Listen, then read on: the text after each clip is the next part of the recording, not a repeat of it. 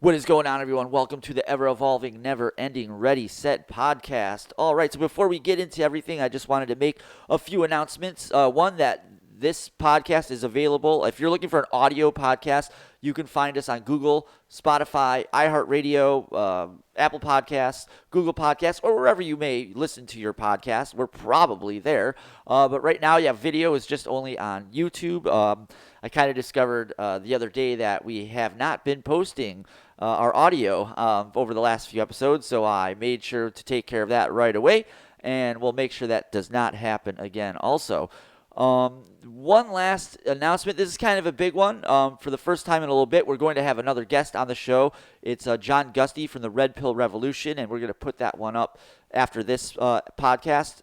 Probably about Thursday, that first Thursday in February. So hope you guys go ahead and check that out. All right, let's get into today's story. So I was thinking about, childhood, how everyone does every so often here. And I was thinking about this time, in the early days, but preteen, I'd say when I was like 9, 10 years old, used to run a lemonade stand in my little local neighborhood. And it was great, you could make a little side cash. And again, this is the early 90s. I mean, if I wanted to go to McDonald's and get some fries, it was literally like 75 cents. I think the value meals, whatever they call them, were, you get a number two for $1.99 back then. So running a lemonade stand at 10, 15 cents a cup, or maybe even 25 cents a cup, it doesn't sound like a lot these days, but it definitely was back then, But, the dollar, right? Okay, anyway, we're not going to get into that. So anyway, I would run this lemonade stand. It was a great time. My friends would come by, other kids from the neighborhood would come by, and it would just be an experience. It was a great way to network, as a little kid, but, it would help build relationships with others in the neighborhood. And then, as you start getting older, the business starts changing, so to speak. And that is where, preteens don't really run lemonade stands. But I was going to stick with it. I wasn't going to give up on my business, so to speak. And as these struggles carried on and continued, all of a sudden, my dad decides to get involved in this business. And, it was great at first, kind of breathed some life into a dying lemonade stand in the neighborhood, if you will. But over time, this went from, me just hanging out with my friends, making a few extra bucks, making lemonade, to, now I'm hanging up posters. I'm marketing in the early 90s, which isn't marketing today. This is a lot of door-to-door stuff, hanging posters on telephone poles, so to speak, getting the word out there, word of mouth. Like this wasn't easy. You didn't have the technology you do today. And this lemonade stand went from being something that was, fun and exciting to just droll. Like it not even that it became work. It just became something that wasn't mine anymore. It didn't have the innocence, if you will. It was just something that had grown to not too big to fail, but it just had grown to something that I didn't even want to be a part of anymore. And I was just thinking about that, and it was just kind of depressing. Just kind of in the same way that football season is kind of over, and the Bears. I mean, again, we've done podcasts about the Bears, and everyone knows where I stand there. But it's just bleak times. But now it's time to transition with football coming to an end. You got the Super Bowl coming up in a few weeks. That means we're going to have pitchers and catchers reporting. And no, that's not a gay reference to anything. That is the end of February, where spring training is going to start for Major League Baseball. And it kind of made me think about this article I read last year, which came out in the New York Times right around opening day. And I just wanted to kind of read through some of that and react to it with you. So let's jump into this article here. It's called "Baseball is Dying. The Government Should Take Over." Oh, this is already coming out to a great start, everyone, isn't it? All right, so this is Matthew Walther, editor of The Lamp, which is a Catholic literary journal. He writes frequently about sports. Okay, well, good for him, I guess. Opening day of the Major League Baseball season, which falls on Thursday after being delayed for a week by a labor dispute, is as good an occasion as for any fans of the game to come to terms with certain hard facts.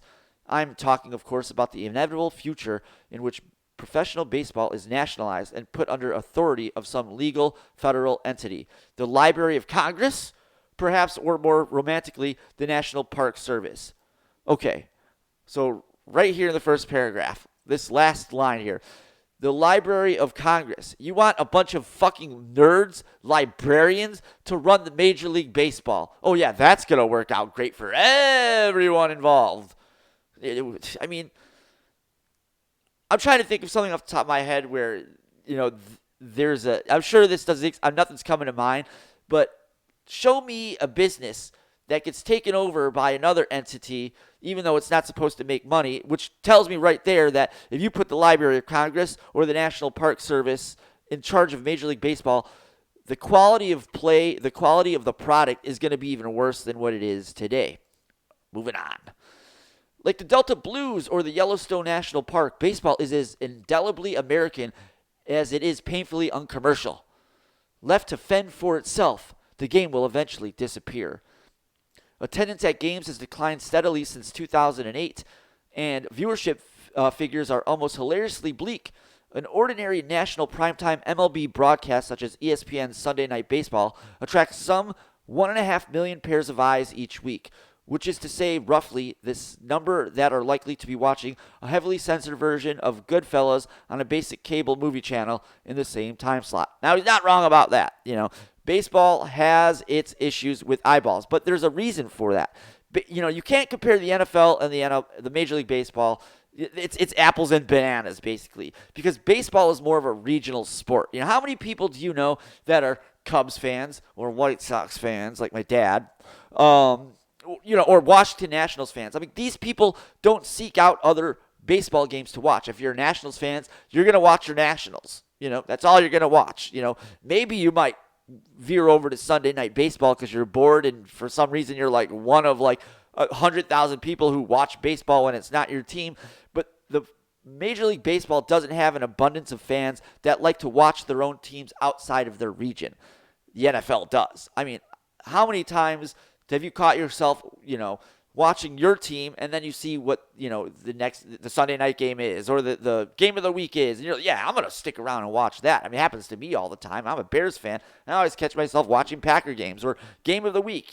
That's the advantage football has over baseball. And that's something I think this, the guy who wrote this article does not understand. Okay. Where were we here? Okay, so even the World Series attracts smaller audience than the average Thursday night football broadcast. Yeah, it does. The dregs of national football's weekly schedule. So basically he's saying the crappiest game out of 18 weeks or 19 weeks of football is still going to do better than a baseball game. Yeah, it is. No one's arguing that, sir. In 1975, the World Series had an average of 36 million views per game. In 2021, it barely attracted 12 million per game. Do we really need to break this down and why that is? In 1975, there was 3 channels: ABC, NBC, CBS.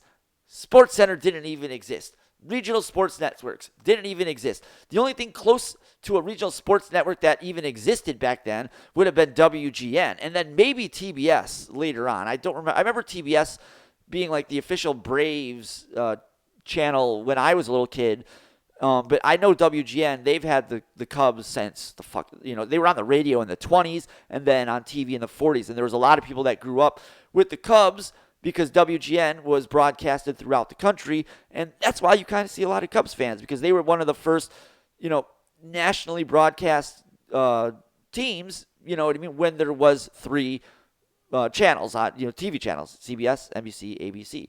So that's why you would get a lot of eyeballs for the World Series, because what else were you going to do? It's not like, corn bag or whatever, that cornhole is on, another random channel. There was no competition for Major League Baseball.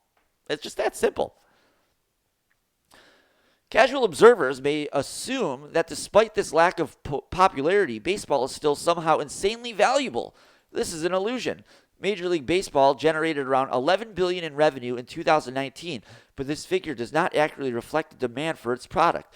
The astronomical salaries continue to be enjoyed by sports stars, are a result of the game's non-existent popularity, but the economics of cable television providers who bundle regional sports networks alongside dozens of other channels so that anyone with cable TV is buying baseball, whether he likes it or not. Now, this is true.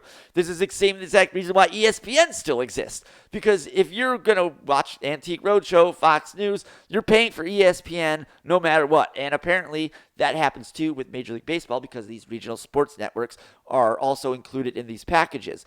But like I said, ESPN's, they're still around because of that same reasoning. So what's he's kind of alluding to here, and I think that's, maybe I'm jumping ahead here. Let me see. Okay, yeah, I figured I was jumping ahead here. So let me just read this last part. Mike Trout's $426 million contract is effectively being paid by millions of grandparents who just want to tune in to Anderson Cooper, CNN, or Antique Roadshow as the audience dies off and younger generations of cord cutters take their place. Baseball's revenue will plummet. And this is true. I have grandparents as well. They loved cable. My girlfriend's grandparents, same thing. They love cable. But, when that's over, it's over. We're not going to go start buying cable. You know what I mean? Like, that's never going to happen. The extent to my watching cable might be YouTube TV, and I barely even watch that at that. So there is a lot of truth to that, and it's going to be interesting to actually see how the Major League Baseball kind of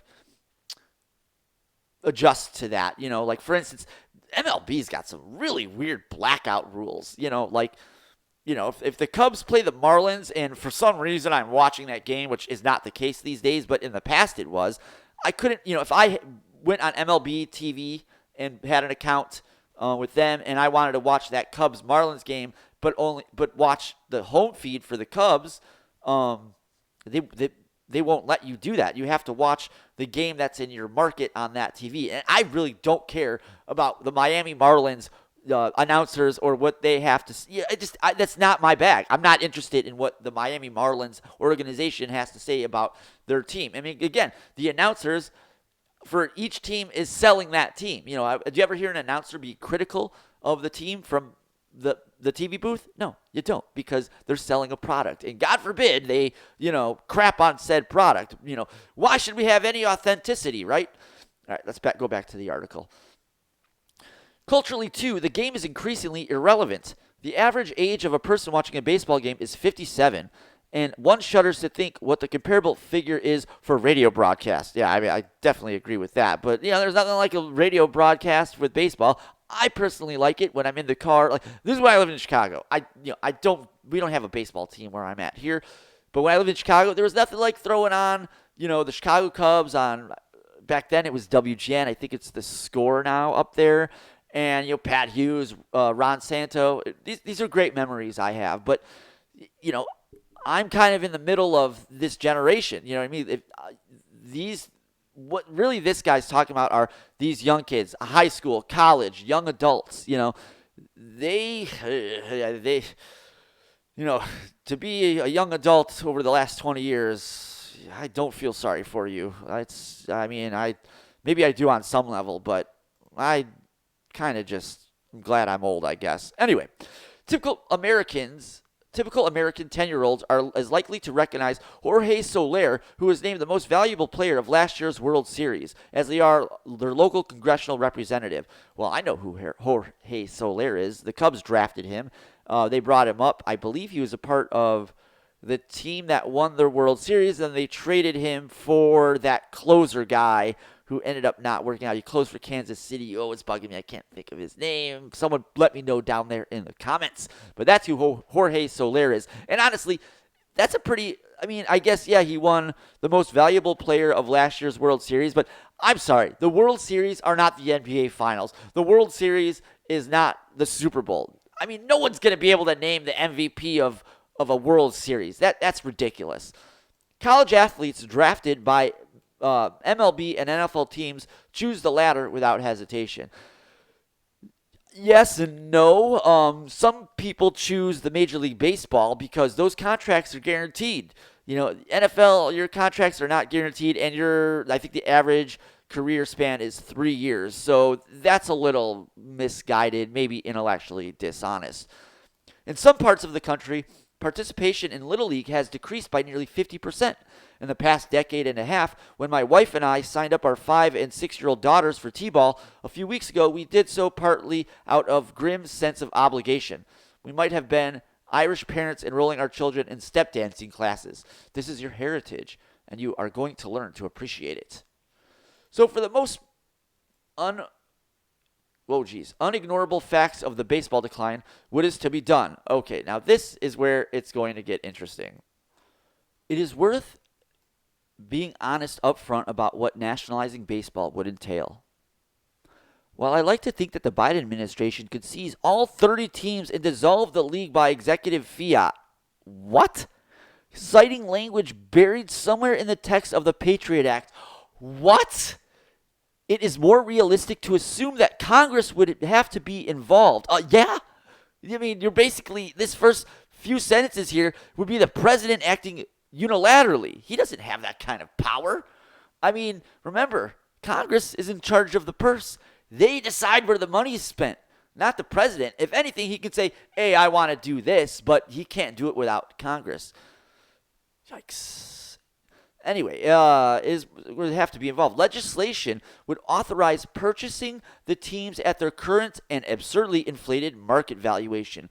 Players, coaches, and other staff members would become federal employees, so your local baseball star would be a bureaucrat. Your local, I mean, like, what? Are they going to start, when the health or when the Department of Transportation has a next hiring event, are they just going to do a draft? Jesus. All right, here, this is crazy. The general manager would be appointed by the governor of the state in which the team plays its home games. What? The general manager would be appointed by the governor. What if the governor, all right, perfect example. Let's use Illinois. Let's say the governor is handed this power. Now he is appointed 2 general managers of the Cubs and the White Sox. But what if this governor is a Cubs fan? What if he's a White Sox fan? Do you really think he's going to find the general manager that's going to perform better for the team he hates? Or is he going to appoint the guy? You see where I'm going with this. Like, this is not going to create a better product. If anything, it's going to do quite the opposite. And it's going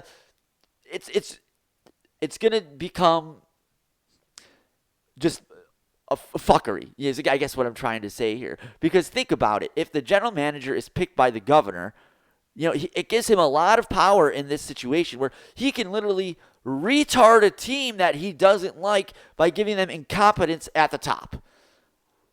And then here's where it gets even fun. And there would be no term limits for the general manager. I mean, why would there be term limits on a job? I mean, I guess because now this general manager is a bureaucrat, but Congress doesn't have term limits. Why should some general manager being appointed by a governor, just like a senator? Salaries would be lower, perhaps drastically so, but so would, wait, did I skip a part here? I think I did. Be appointed to the governor's, okay, here it is. The manager would be a statewide office for which citizens would vote every 6 years. There would be no term limits for a manager, a statewide office. So you're almost on par. You're taking a baseball position and saying, hey, this is on par with being a senator, because that's what the Senate does. When you vote for your senator, it's a statewide vote. You know what I mean? So you have to go to every mid to major city in your state and then hit those rural spots in between. That's why running for Senate is extremely expensive. But a manager, you're going to want a baseball manager. Again, this is the fuckery I'm talking about. Let's say you're in a state that has 2 teams, or California where you have 3 teams. If this is a statewide vote, this is why open primaries don't work too, because you can take, if you're a Democrat or Republican and there's someone on the other side that you don't like, you can elevate that person. You know what I mean? And you're going to see that same exact kind of fuckery going on with a statewide race for a manager position on a baseball team. Like, you really think if let's say I'm going to run to be the Cubs manager, okay? And then they have Anthony Rizzo, who happens to be running for that same job. Do you think the White Sox fans who are eligible to vote in that are going to vote for Anthony Rizzo over me? No, they're going to elevate me just like the Democrats would elevate all these crappy Trump, what are they called? I can't even think here. The nominees for that were, wow, this is embarrassing. I'm just going to move on. All right. All right, let's go on here. Salaries would be lower, perhaps drastically so, but would be ticket prices. Let me start that over because I am moving a little fast here. Salaries would be lower, perhaps drastically so, but so would ticket prices. And watching games on television or via online streaming would be much simpler, as broadcast would be carried exclusively by C-SPAN. I wonder how senators and the House of Representatives would feel for those voting streams getting bumped for a random like Tampa Bay versus San Francisco Giants game. All right. Revenues, though diminished, would be more fairly distributed. Oy, holy socialism. I imagine gate receipts and merchandise sales being block granted to local authorities in the cities in which teams play, shoring up the coffers of many unailing municipality. Okay, I mean, I don't have a lot of problems with that, but I guess it's just so vague and generalized because are you going to take all of the gate receipts and then dump them into these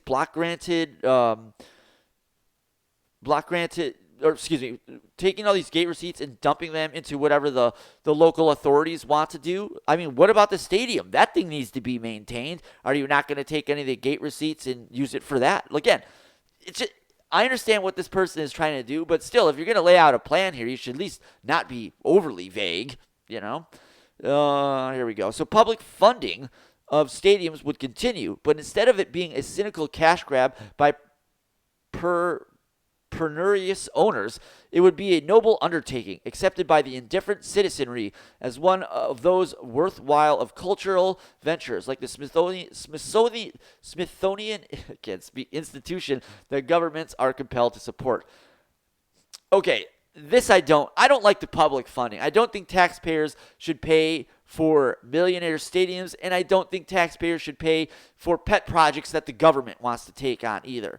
If the government wants to buy the Major League Baseball, and then the federal government wants to buy Major League Baseball and delegate it to these states need to come up with a way to fund this, not basically turn it into an endless money pit, because that's essentially what public funding of stadiums would become. It's basically a way to use taxpayer funds to keep that stadium alive, take the gate receipts and dump them into the local economy, which again, there's nothing wrong with that, but we know how the government runs things. It's not going to be efficient. It's just going to be money.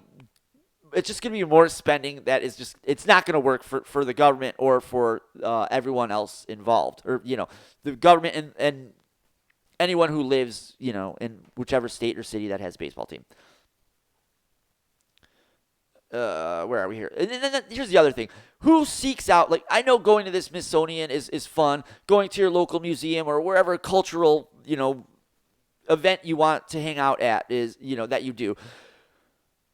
I just don't think baseball translates over. You know what I mean? Baseball is not like high society. I mean, they cater to rich people. That's for damn sure with the skyboxes. But this isn't the same crowd that goes to the Smithsonian or the Field Museum or wherever the fuck. Do not confuse my intentions. Oh, well, we'll see. I would gladly see Justin Verlander, once a star pitcher for my Detroit Tigers, being lured away by the Houston Astros, make $25 million a year for playing a boys' game, just as I would happily pay Simone Young, our greatest living conductor, 3 times that amount for a single yearly engagement at the Detroit Symphony Orchestra. So I already see what's going on here. This person must be some high society, person. He likes to go to the orchestra, goes to the Smithsonian, and he's trying to take that love and then, merge it into his love for baseball. But the problem is your archetype is a minority in baseball. Most of baseball is not high society, faluting types who want to listen to the orchestra, or watch Simone Young. I don't even know who the fuck that is. But anyway, moving on here. But the world's classical musicians long ago realized the lifestyle of figures like the conductor of Herbert von Karajan with his yachts and custom Porsches was a product of a vanished age in which the aspirational middle class felt buying classical records was a duty to buy classical records. So too must baseball players accept that nine-figure contracts are a vestige of an older and nobler civilization. Okay, that's garbage. Because first of all, no baseball player is going to be like, look, I'm really good at this game, but baseball's not paying what it used to, but I'm a noble person, and I'm going to still play baseball. You know what that guy's going to do? He's going to say, fuck that shit, I'm going to the NFL.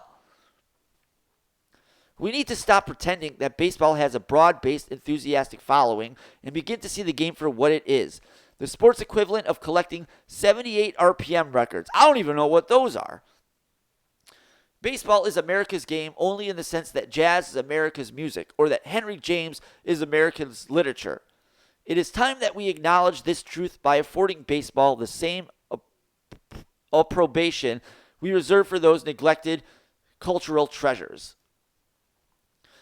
It might be hard to sell some fans, but ultimately a world in which the game not only continues, but also does so free of commercial pressures would be a merrier one. Among other things, the league could abandon its doomed attempt to attract more viewers by mucking with the rules for extra innings and introducing impure practices like pitch clocks, signal transmitters for catchers, and the universal designated hitter. A strict salary cap could impose to help ensure competitive parity among teams. Excuse me. I don't know about all that because this is kind of a doom and gloom article where this gentleman's trying to assume that if baseball keeps carrying on the way it's carrying on, it's going to end. Maybe that's true. Maybe once all the cable dollars dry up, it's going to be forced to, find a new path to financial success. But this isn't uncharted ground for baseball. They found themselves in this same spot in the early 90s with, I think it was Bart Giamatti.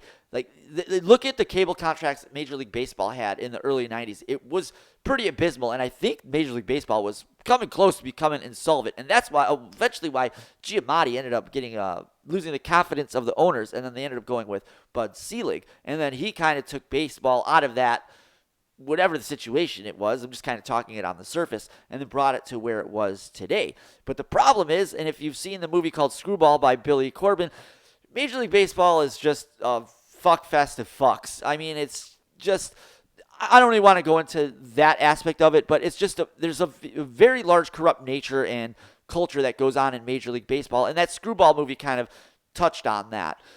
And in this paragraph here where he talks about pitch clocks, signal transmitters, introducing, the mucking the rules with extra innings, baseball, it just looks like it's flailing right now, trying to figure out how can it fix its sport.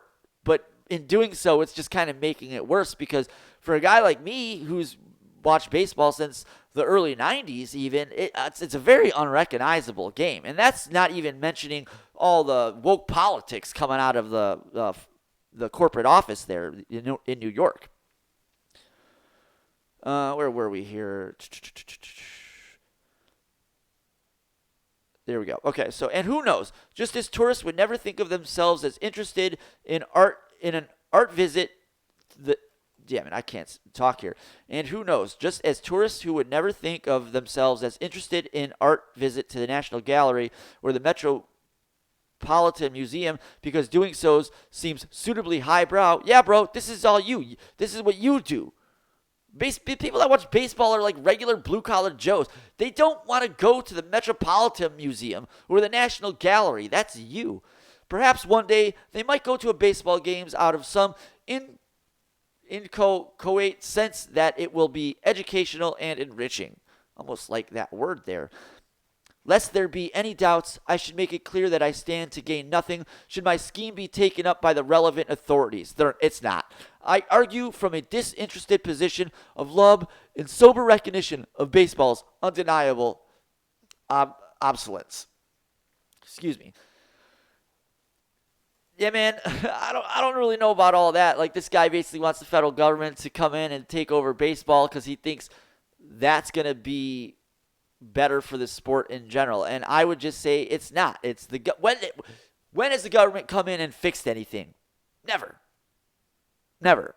Case in point, you know, if you wanted to go to college before student loans, you had to go into a bank and ask the bank, "Hey, I'm going to college. Can I get a loan?" "Oh, what are you going to do?" If you were like, "Well, I want to be a doctor. I want to, be a banker. Oh, I want to do this. I want to do that. I want to get a job that will, pay me in the long run." But if you back then went into a bank and was like, "Yeah, I want to go get a liberal arts degree," the banks would be like, "Get the fuck out."